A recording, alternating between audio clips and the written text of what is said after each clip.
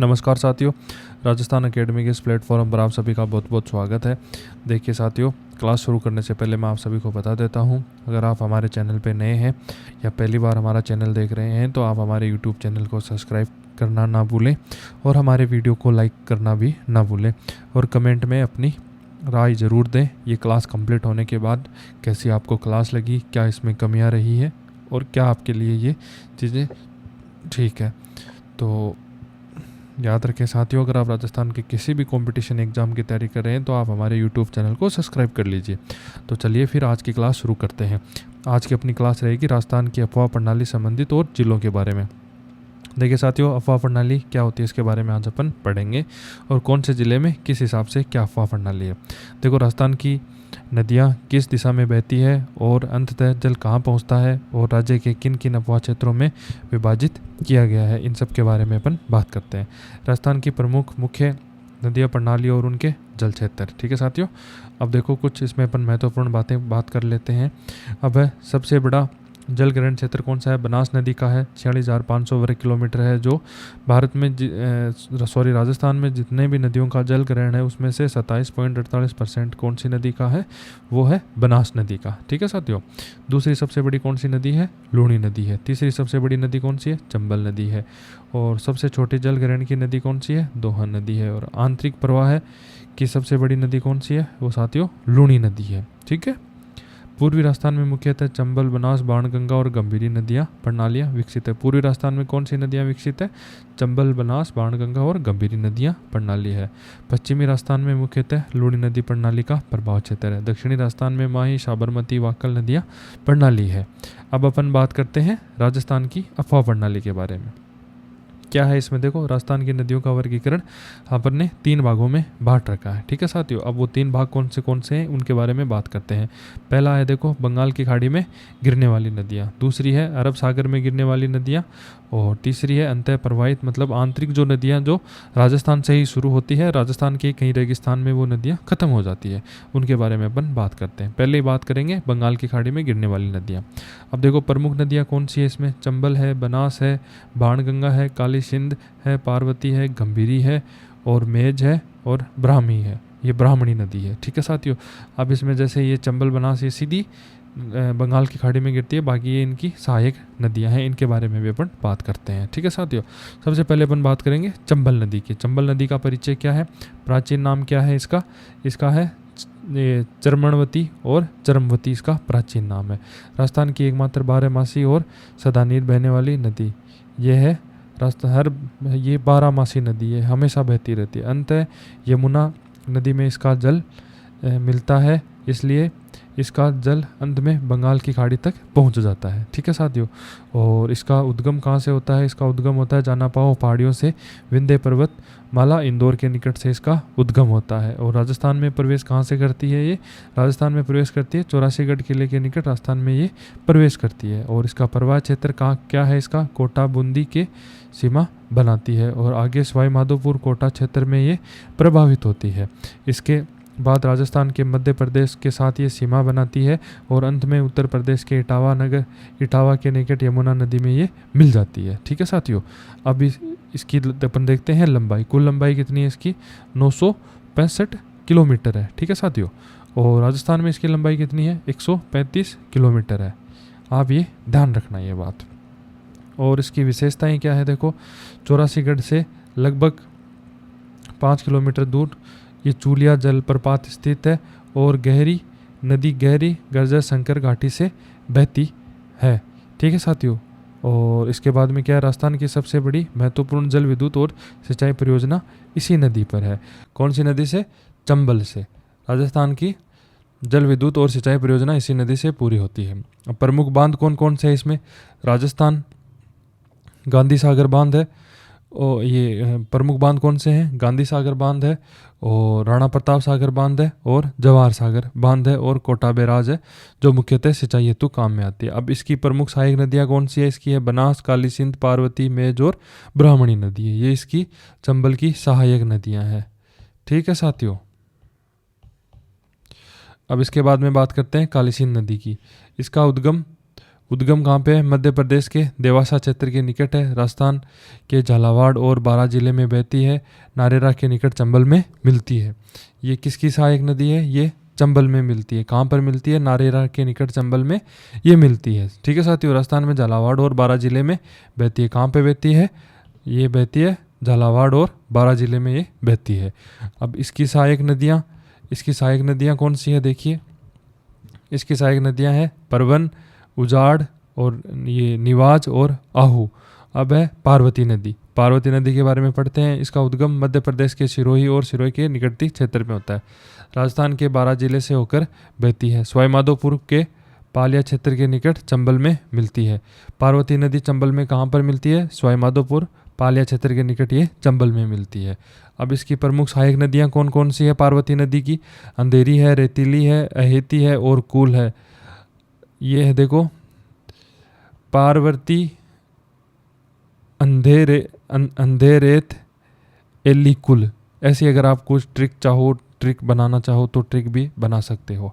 ठीक है साथियों, आप इनका नदियों का और इनकी सहायक नदियों का ध्यान रखना, इसके बारे में पूछा जा सकता है। पार्वती की अंधेरी है, रेतरी है, अहेली है और कूल है। अब है ब्राह्मणी नदी। इसका उद्गम कहाँ से होता है? चित्तौड़गढ़ के जिले हरिपुरा गांव से होता है। भैंसरोडगढ़ के निकट ये चंबल में मिल जाती है। अब बात करते हैं मेज नदी। मेज नदी का उद्गम कहाँ पे होता है?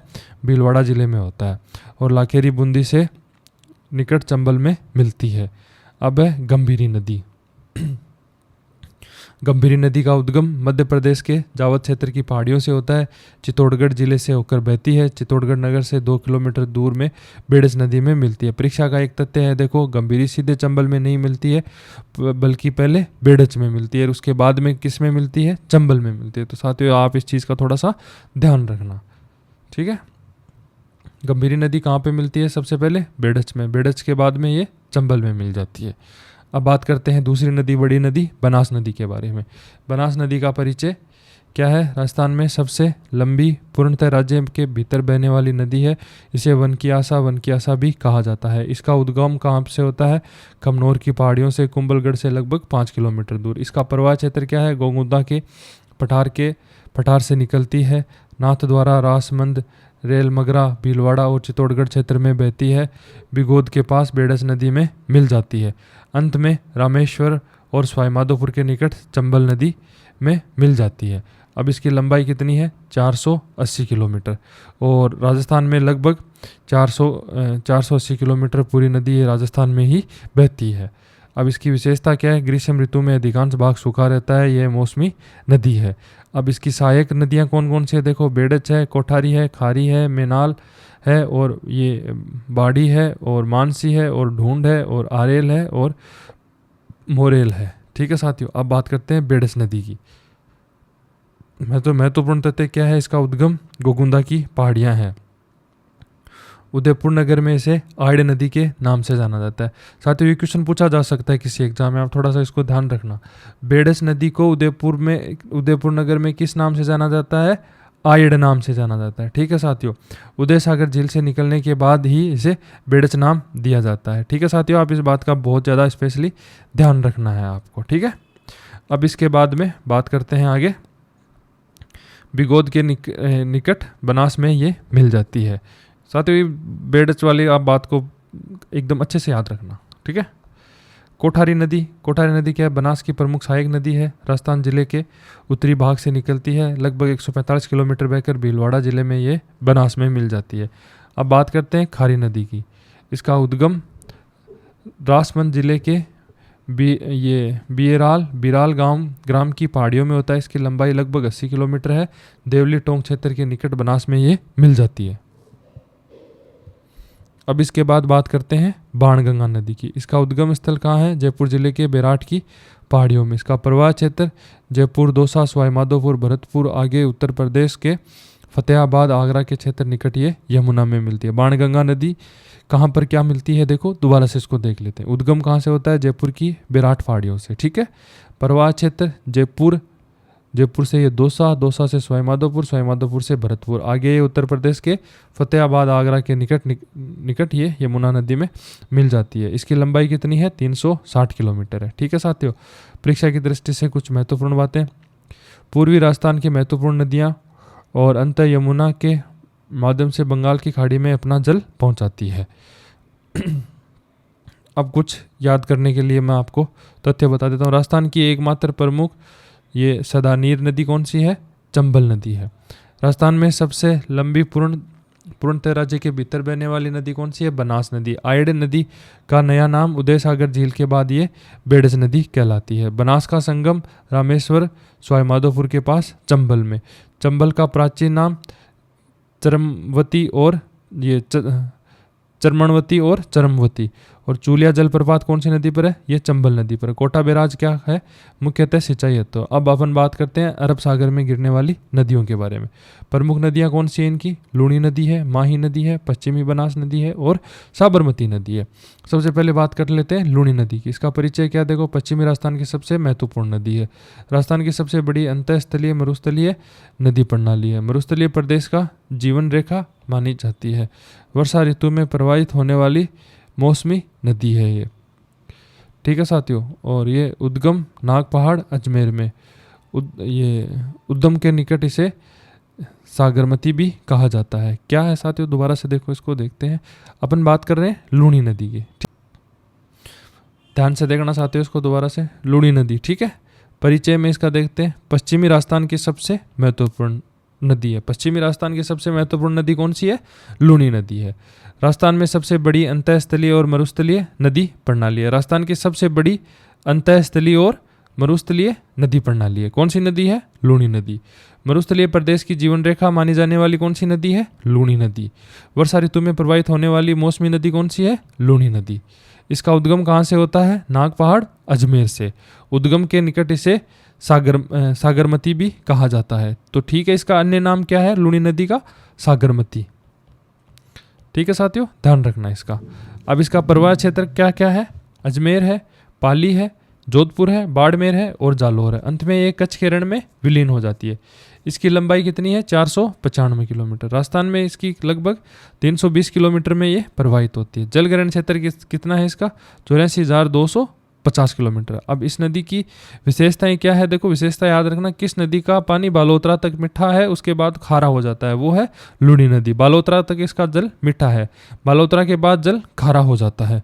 पश्चिमी राजस्थान में सबसे महत्वपूर्ण अफवाह प्रणाली है। ठीक है साथियों।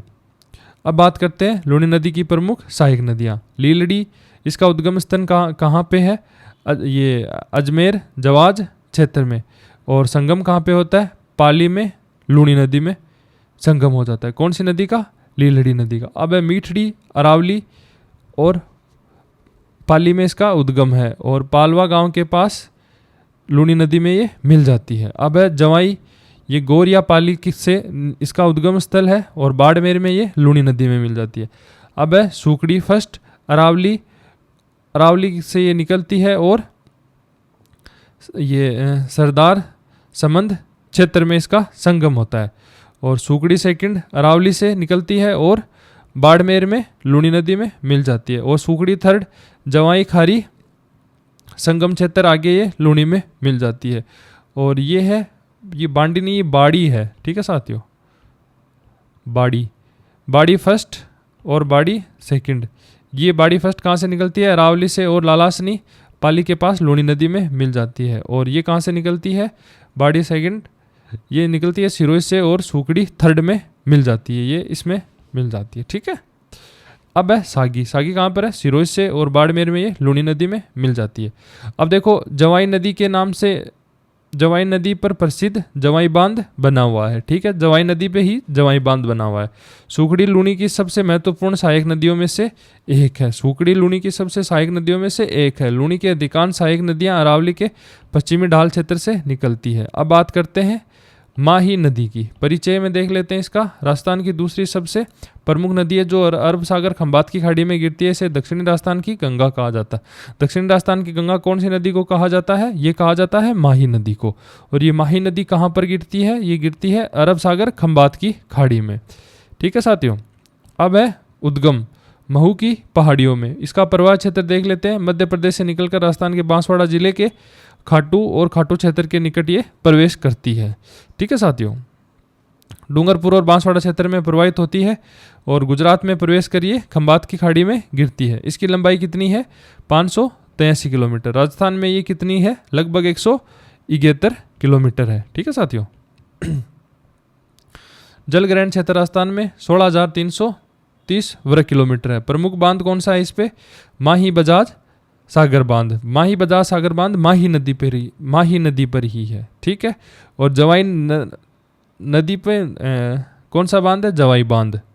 माही की प्रमुख सहायक नदियाँ देखो, सोम उदयपुर क्षेत्र से निकलकर माही में मिलती है और जाखम प्रतापगढ़ क्षेत्र से निकलकर माही में मिलती है। फिर है अनाश मध्य प्रदेश से निकलकर बांसवाड़ा क्षेत्र के माही में मिलती है। फिर है चाप दक्षिणी राजस्थान की छोटी सहायक नदी है। और फिर है इराव और एराव, ये है माही की स्थानीय सहायक नदियाँ। अब परीक्षा तथ्य से अपन थोड़ा सा देख लेते हैं। सोम माही संगम दक्षिणी राजस्थान का महत्वपूर्ण संगम है। माही नदी कर्क रेखा को 2 बार काटती है और ये आरपीएससी का एक महत्वपूर्ण तथ्य है। ठीक है साथियों। अब बात करते हैं पश्चिमी बनास नदी की।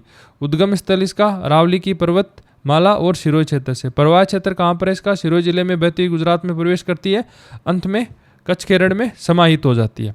अब देखते हैं परीक्षा का तथ्य। इसमें देखो साथियों क्या है, यह बनास नदी से अलग नदी है, इसलिए पश्चिमी बनास इसलिए कहा जाता है क्योंकि इसका प्रवाह अरावली के पश्चिमी ढाल की ओर है। ठीक है साथियों। पश्चिमी बनास ये बनास नदी से अलग, आप ध्यान रखना है। अब इसके बाद में अपन बात करते हैं साबरमती नदी की। उद्गम स्थल कहाँ पर है इसका? अरावली पर्वतमाला के दक्षिणी पश्चिमी भाग उदयपुर क्षेत्र में है। इसका प्रवाह क्षेत्र उदयपुर सिरोही गुजरात, अंत में ये खंबात की खाड़ी में गिर जाती है। ठीक है साथियों। अब इसकी विशेषता क्या है? प्रारंभ में वाइल और सेई क्षेत्र की धाराओं से ये विकसित होती है। और इसकी प्रमुख सहायक नदियाँ कौन सी है? इसकी प्रमुख सहायक नदियाँ हैं वाइक, सेई और हाथीमत और मेशवा, और ये मजम और महजम। आरपीएससी और आरएसबी के लिए अत्यंत महत्वपूर्ण तथ्य क्या है? पश्चिमी राजस्थान की सबसे महत्वपूर्ण नदी कौन सी है? लूणी नदी। बालोतरा तक मीठी, बाद में खारी कौन सी नदी हो जाती है? लूणी नदी। दक्षिणी राजस्थान की गंगा माही नदी। कर्क रेखा को 2 बार काटने वाली नदी माही नदी। माही बजाज सागर बांध माही नदी पर है। जवाई बांध जवाई नदी पर है। साबरमती की प्रमुख सहायक नदियाँ वाक्कल, सेही, हाथमती और मेशवा और मजल। अरब सागर अपवाह तंत्र की प्रमुख नदियां कौन सी है? लूणी, माही, पश्चिमी बनास और साबरमती है। अब है राजस्थान की प्रमुख नदियां और उन पर बने हुए बांध के बारे में अपन बात कर लेते हैं। अब देखो, चंबल नदी के बारे में अपन बात करते हैं। गांधी सागर बांध बना है, राणा प्रताप सागर बना है, और ये जवाहर सागर बना है, और कोटा बैराज बना हुआ है। ठीक है साथियों। और कौन से जिले में? ये चित्तौड़गढ़, बूंदी और कोटा में। अब है बनास नदी पे बिशलपुर बांध बना हुआ है, और ये कहाँ पर स्थित है? टोंक में स्थित है। अब है माही नदी पर माही बजाज सागर बांध और ये कढ़ाना बांध बना हुआ है। ये माही बजाज सागर बांसवाड़ा में, और ये कढ़ाना बांध कहाँ पर है? गुजरात में है। ठीक है साथियों। अब बात करते हैं सोम नदी की। सोम नदी में क्या है? सोम कमला अबा परियोजना है, और ये कहाँ पर स्थित है? ये डूंगरपुर में स्थित है। अब बात करते हैं जाखम नदी की। जाखम नदी पर जाखम बांध बना है, और ये प्रतापगढ़ में स्थित है। और जवाई नदी पर जवाई बांध बना हुआ है, ये पाली में स्थित है। बाड़ी नदी पर हेमवास बांध बना हुआ है, ये पाली में स्थित है। कोठारी नदी पर मेज बांध बना हुआ है, और ये भीलवाड़ा में स्थित है। और काली सिंध नदी पर काली सिंध बांध बना हुआ है, और ये झालावाड़ में स्थित है। और परवन नदी पर परवन बांध बना हुआ है, और ये झालावाड़ में स्थित है। अब देखो, पांचना नदी पर पांचना बांध बना हुआ है, और ये करौली में स्थित है। और ककुन नदी पर बंद बेराट बांध बना हुआ है, और ये भरतपुर में स्थित है। और रूपारेल नदी सिलीशेड बांध बना हुआ है, और ये अलवर में स्थित है। रूपा सिली अलवर। ठीक है। गोमती नदी पर रासमंद झील बांध बनाकर निर्मित है, और ये रासमंद में स्थित है। फिर है आहड़ बेड़स नदी, ये उदय सागर बांध बना हुआ है, ये उदयपुर में स्थित है। अब बात करते हैं देखो प्रमुख झीलों की और प्रमुख मीठे पानी की। उन जिलों में कौन सी झील है उसके बारे में, और बांध और कौन सा एनिकेट बना हुआ है, कौन सी नदी है, उपयोग क्या है और परीक्षा तथ्य क्या है। ठीक है साथियों, इन सब के बारे में अपन बात कर लेते हैं। 41 ज़िले हैं, 41 ज़िलों के बारे में सबके बारे में अपन ये चर्चा करेंगे। ठीक है साथियों, पहला है अजमेर। अजमेर में क्या है, आना सागर, फाय सागर, पुष्कर झील है। और इस पे बांध और एनिकेट कौन सा है, नारायण सागर बांध है, फाय सागर बांध है। और नदी बनास तंत्र का स्थायी नाले हैं। उपयोग क्या है, पेयजल और सिंचाई है। परीक्षा का तथ्य क्या है, आना सागर, अर्णोराज, आनाजी, पुष्कर, ब्रह्मा मंदिर, ये सब क्या है, आना सागर का निर्माण किसने करवाया था, अर्णोराज ने। और ये पुष्कर ब्रह्मा मंदिर कहाँ पर स्थित है, अजमेर में स्थित है। अब है अलवर। अलवर में क्या है, सिलिसेड झील, जयसमंद झील और अलवर में। और बांध कौन सा है, सिलिसेड बांध है। और कौन सी नदी पर, ये रूपारेल नदी पर। और क्या काम है इसका, सिंचाई और पर्यटन से संबंधित है। और सिलिसेड झील पर, झील रूपारेल नदी पर है। अब बात करते हैं बांसवाड़ा की। बांसवाड़ा में कौन सा बांध बना हुआ, कौन सी नदी है, देखो माई जलाशय है और कागदी झील है। माई बजा सागर बांध और कागदी पिकअप वीर है। कौन सी नदी पर, माही नदी पर। सिंचाई और विद्युत के लिए उपयोग। और महत्वपूर्ण परियोजना अत्यंत, माही परियोजना अत्यंत महत्वपूर्ण है। अब बात करते हैं बारा की। बारा में क्या है, देखो परवन जलाशय है और परवन बांध बना हुआ है परवन नदी पर सिंचाई के लिए। और आरपीएससी इसका ये परवन परियोजना आरपीएससी का एक महत्वपूर्ण है, आरपीएससी में महत्वपूर्ण है। बारा में है परवन, और परवन जलाशय है, परवन बांध है, परवन नदी है, सिंचाई के लिए काम में ये ली जाती है। अब बात करते हैं बाड़मेर की। बाड़मेर में जसोल तालाब है। और बांध कौन सा है, नाकोडा बांध है। और लूनी तंत्र है इसमें, और सिंचाई है, और लूनी बेसिन का जिला। अब बात करते हैं भरतपुर की। भरतपुर में क्या है, मोती झील है और ये अनाज जलाशय है। और बंद ये बेराठ और बारेठा बांध और अनाज बांध और आवर बांध। और कौन सी नदी है, ककुंद नदी है। सिंचाई परियोजना के लिए काम में ली जाती है बंद बेराठ और कुकुंद नदी। अब बात करते हैं भीलवाड़ा की। भीलवाड़ा में क्या देखो, मेज जलाशय है और मेज बांध और खारी बांध है। और कोठारी और खारी नदी पर है। उपयोग सिंचाई और पेयजल के लिए। परीक्षा तथ्य मेजा बांध और कोठारी नदी। और अब बात करते हैं बीकानेर की। गजनेर झील, कोलायत झील, गजनेर बांध, ये स्थानीय एनिकेंट है और पेयजल के लिए काम में लिया जाता है। कोलायत धार्मिक दृष्टि से प्रसिद्ध है। अब बात करते हैं बूंदी की। बूंदी में क्या है, नवल सागर और जैत सागर और फूल सागर है। और इसमें बूंदी में कौन सा बांध है, गरडा बांध है। और कौन सी नदी पर है, मेज तंत्र पर। सिंचाई के लिए काम में लिया जाता है। और नवल सागर बूंदी की पहचान है। अब बात करते हैं चित्तौड़गढ़। चित्तौड़गढ़ में क्या है, गंभीरी जलाशय और राणा प्रताप सागर बांध और भैंसरोडगढ़ बैराज, चंबल नदी और गंभीरी नदी। और जल विद्युत और सिंचाई और चंबल परियोजना का प्रमुख बांध है। अब बात करते हैं जिला और प्रमुख ये मीठे पानी की झीलें, तालाब और प्रमुख बांध और एनिकेट और नदी उपयोग और परीक्षा के तथ्य क्या। चूरू में क्या है, देखो चूरू में है दूधवा सागर तालाब, राजगढ़ तालाब, 2 तालाब हैं, दूधवा सागर तालाब और प्रमुख बांध दूधवा खारा एनिकेंट है। और स्थानीय वर्षा जल है। उपयोग क्या है, पेयजल में। चूरू की प्राकृतिक मीठी झीलें बहुत कम है। अब है दौसा, माधो सागर और राम सागर, मोरेल बांध, मोरेल नदी और सिंचाई के लिए उपयुक्त है। मोरेल नदी दौसा की प्रमुख नदियां हैं। और अब बात करते हैं धौलपुर की। धौलपुर में क्या है, राम सागर तालाबे शाही, पार्वती बांध इस पे बना हुआ है, पार्वती नदी है और सिंचाई के लिए काम में ली जाती है। धौलपुर चंबल बीएडों के लिए प्रसिद्ध है। अब है डूंगरपुर, गेप सागर और बादल महल तालाब है। सोम कमला अंबा परियोजना है, सोम नदी पर है। सिंचाई जल विद्युत के लिए काम में लिया जाता है। गेप सागर डूंगरपुर की पहचान है। गेप सागर कहाँ पर स्थित है, डूंगरपुर में। अब है हनुमानगढ़, टाउन तालाब है, भादरा तालाब है, भाखड़ा नागल तंत्र है और घग्गर नदी है सिंचाई के लिए। घग्गर राजस्थान की एकमात्र अंतःस्थलीय नदी मानी जाती है। अब इसके बाद में बात करते हैं जयपुर। जयपुर में क्या है, देखो मानसागर, रामगढ़ झील और गलता कुंड है। और प्रमुख बैराज कौन सा है, रामगढ़ बांध और कानोता बांध है। और नदी कौन सी है, बाणगंगा नदी और स्थानीय जलधाराएं हैं। उपयोग क्या है, पेयजल के लिए काम में ली जाती है। परीक्षा मानसागर झील और जल महल स्थित है। मानसागर झील कहाँ पर स्थित है? जयपुर में स्थित है, याद रखना ये। अब है जैसलमेर। जैसलमेर में क्या है? गढ़ी सागर झील है और अमर सागर झील है। गढ़ी सागर जल संरचना है, ये स्थानीय वर्षा जल है, पेयजल है, पेयजल के लिए काम में लिया जाता है इसको। और गढ़ी सागर ऐतिहासिक ये संचय प्रणाली है। जालोर, जालोर के लिए सुधा क्षेत्र तालाब है और जवाई परियोजना का प्रभाव क्षेत्र है और जवाई और लूणी नदी पर है और सिंचाई के लिए काम में लिया जाता है और लूणी बेसिन का महत्वपूर्ण जिला है। कौन सा जिला है? जालोर। अब बात करते हैं झालावाड़ की। यहाँ पर क्या है? चंद्रभाग जलाशय है और काली सिंध और परवन बांध है, काली सिंध नदी पर, परवन नदी पर, और सिंचाई विद्युत के लिए काम में ली जाती है। काली सिंध परियोजना महत्वपूर्ण है। अब बात करते हैं झुंझुनू की। झुंझुनू में क्या है? अजीत सागर है और खेतड़ी तालाब है।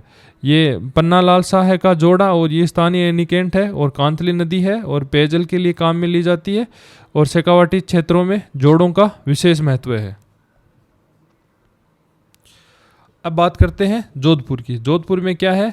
कायलान और बालसमंद और ये उमेद सागर और रणीशर और पदशर। कालायन बांध, उमेद सागर बांध और तख्त सागर बांध, ये कहाँ पर है? ये है जोधपुर। साथियों ये जोधपुर का थोड़ा ध्यान रखना, ये कायलान के बारे में थोड़ा पूछा जाता है, ठीक है साथियों। नदी कौन सी है? जोजरी नदी और स्थानीय जलधाराएं हैं, पेयजल और सिंचाई के लिए संबंधित है। जोधपुर की प्रमुख झील कौन सी है? ये कायलाना और बालसमंद जोधपुर की प्रमुख झील है। अब बात करते हैं करौली की। करौली में क्या है? पांचना जलाशय है, पांचना बांध है और पांचना नदी है और सिंचाई पेयजल के लिए काम में ली जाती है। पांचना बांध करौली की प्रमुख सिंचाई परियोजना है। अब बात करते हैं कोटा की। कोटा में क्या है? किशोर सागर है और कोटा बैराज है, चंबल नदी पर है, सिंचाई परियोजना के लिए काम में लिया जाता है। चंबल परियोजना का अंतिम प्रमुख ढांचा कोटा बैराज है। अब बात करते हैं नागौर की। नागौर में क्या है? देखो कुचामन तालाब और गच्छीपुरा तालाब। प्रमुख बांध कौन से हैं? गुड्डा प्रमुख स्थानीय एनीकेंट है, लूणी नदी, लूणी बेसिन का स्थानीय जलधाराएं हैं, उपयोग ये सिंचाई के लिए है। और डीडवाना झील खारे पानी की झील है, इसलिए मीठे झीलों में नहीं गिना जाएगा इसको, ठीक है साथियों। पाली में क्या है? देखो जवाई जलाशय और बांकली तालाब है, जवाई बांध और हेमवास बांध है और जवाई नदी और बाड़ी नदी है, सिंचाई और पेयजल के लिए काम में ली जाती है। जवाई बांध पश्चिमी राजस्थान की महत्वपूर्ण परियोजना है। अब है प्रतापगढ़ में क्या है? जाखम जलाशय, जाखम बांध है और जाखम नदी पर है, सिंचाई के लिए उपयुक्त है और आरपीएससी में कई बार पूछा जाता है, ठीक है साथियों, थोड़ा सा ध्यान रख लेना। प्रतापगढ़ में है ये जाखम जलाशय। अब बात करते हैं रासमंद की। रासमंद झील है और रासमंद बांध है, गोमती नदी पर है, सिंचाई के लिए उपयुक्त है। और राज प्रशस्ति शिलालेख और नौचौकी घाट कहाँ पर है? रासमंद में है। रासमंद में कौन सी नदी है? गोमती नदी है। अब बात करते हैं सवाई माधोपुर की। पदम तालाब है, राजबाग तालाब है और मलिक तालाब है, स्थानीय एनीकेंट और परियोजनाएं क्षेत्र है और मोरेल नदी पर है। वन्य और संरक्षण और जलापूर्ति के लिए है। रणथंभौर का प्रसिद्ध तालाब है। सीकर में रेवासा और रायपुरा तालाब है। ये प्रीतमपुर एनीकेंट स्थानीय बांध है। प्रीतमपुरी कांतली नदी है और सिंचाई के लिए काम मिले जाते हैं, क्षेत्रों में जोड़ों का महत्व है। अब है सिरोही। सिरोही में क्या है? देखो नक्की झील है, जवाई परियोजना प्रभावित अचलगढ़ जलाशय है और जवाई नदी पर है और ये पेयजल और पर्यटन के लिए है। नक्की झील राजस्थान की प्रसिद्ध प्राकृतिक और मीठे पानी की झीलों में गिनी जाती है। अब बात करते हैं गंगानगर की। सूरतगढ़ जलाशय अनूपगढ़ क्षेत्र का तालाब है। गंगा नहर तंत्र स्थानीय एनीकेंट है, सतलज नदी और नहर प्रणाली पर बनी हुई है, सिंचाई के लिए काम में लिया जाता है इसका पानी और राजस्थान की प्रमुख नहर सिंचाई का क्षेत्र है। अब बात करते हैं टोंक की।